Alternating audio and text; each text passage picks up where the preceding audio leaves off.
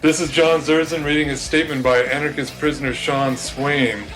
April 28th marked the 23rd anniversary of my arrest.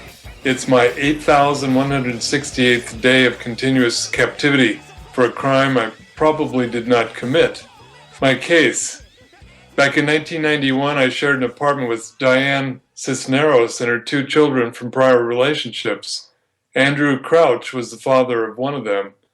Crouch had previously lit Diane's hair on fire and kicked her downstairs while she was pregnant. He got away with that and more because his aunt Colette Crouch was the clerk of courts.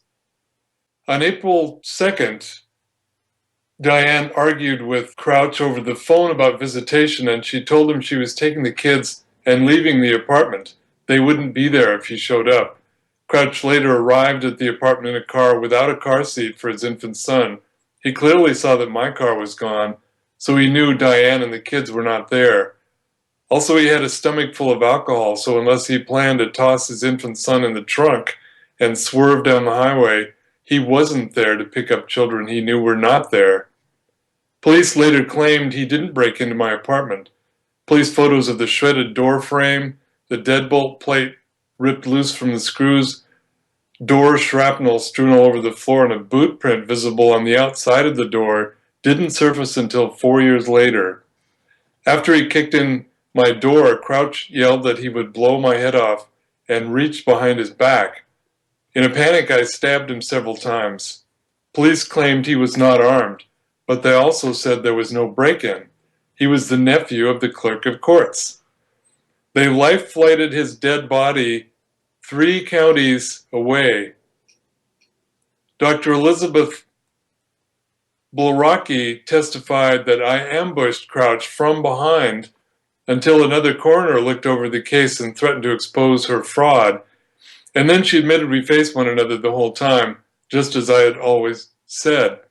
Diane Cisneros said I wrote a book about how to kill people and that she disposed of my grenade in the lake. Police had my writings, and no such book existed. They sent divers down for a grenade and found hubcaps and beer cans, but that didn't stop Diane from testifying.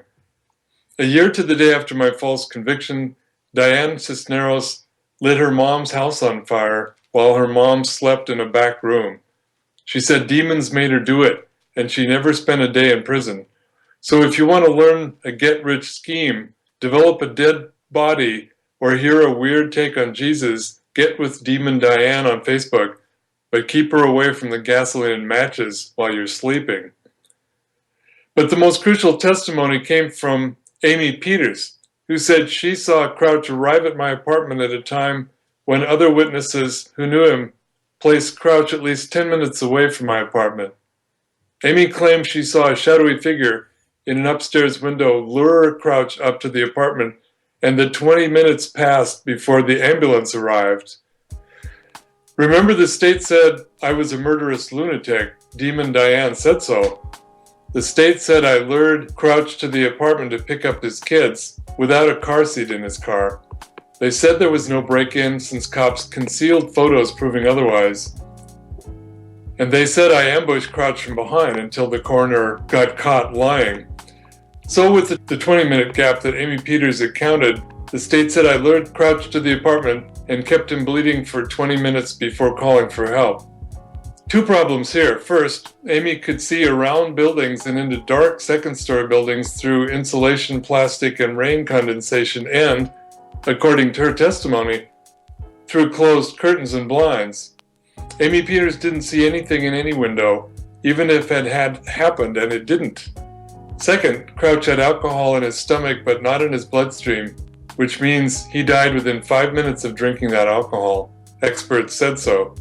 That means we have to discount Amy Peters' 20-minute window unless we believe that 15 minutes after being fatally stabbed, Crouch laid on my floor washing down what appears to be a burger and fries with a bottle of liquor. I think it goes without saying that didn't happen. 5 minutes before he died, Crouch slugged down alcohol. He arrived at my apartment without a car seat because he wasn't picking up his infant son. As withheld police photos show, he left a boot print on my door and wood fragments on my floor. We were face to face and I stabbed him in a panic. I called for help immediately. Self-defense, not murder. That was 23 years ago. I've been held 8,168 consecutive days and counting. For more about my case and my struggle for freedom, go to SeanSwain.org or Free Sean Swain on Facebook, or email me at 243205sean@gmail.com. This is John Zerzan reading a statement for Anarchist prisoner Sean Swain at Ohio Supermax facility. If you can't hear the sound of Sean's voice, you are the resistance.